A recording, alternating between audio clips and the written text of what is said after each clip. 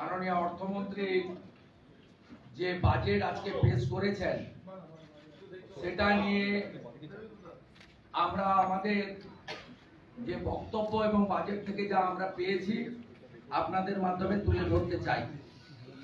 প্রথম কথা হচ্ছে, এক কথায় বলা যেতে পারে এই বাজেট নির্বাচনী বক্তৃতা, হারিয়ে যাওয়া জনাধার এবং যে কোনো প্রকারে অর্থনীতির 12টা বাজুক টিকে থাকার ক্ষমতার একটা প্রচেষ্টা ছাড়া অন্য কিছু নয়। প্রথমত, এই বাজেট এক্সিকিউশন হবে এপ্রিল মাসে থেকে, যে অর্থবর্ষ শুরু হবে সেদিন থেকে, এখনই ইমপ্লিমেন্টেশনের বিষয় নেই। স্বাভাবিকভাবে নির্বাচনের বিধি চালু হয়ে গেলে অনগোয়িং স্কিম ছাড়া নতুন স্কিম চালু করা যায় না।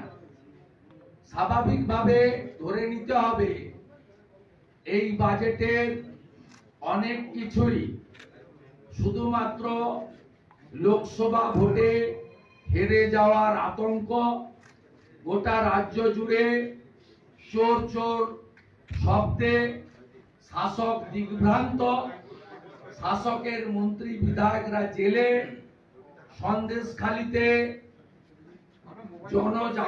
গণজাগরণ ঘটেছে, তাই ভয়ে আতঙ্কিত হয়ে এই বাজেট পেশ করা হয়েছে।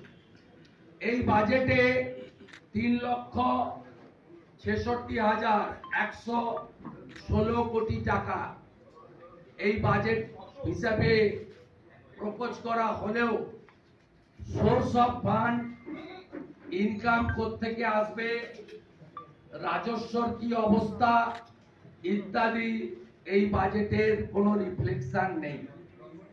আমাদের ইকোনমিক সাইডে যেটা আছে, ডক্টর অশোক লাহিড়ী ভারতবর্ষের বিশিষ্ট অর্থনীতিবিদ, আমাদের অত্যন্ত গর্বের বিধায়ক, তিনি বলবেন।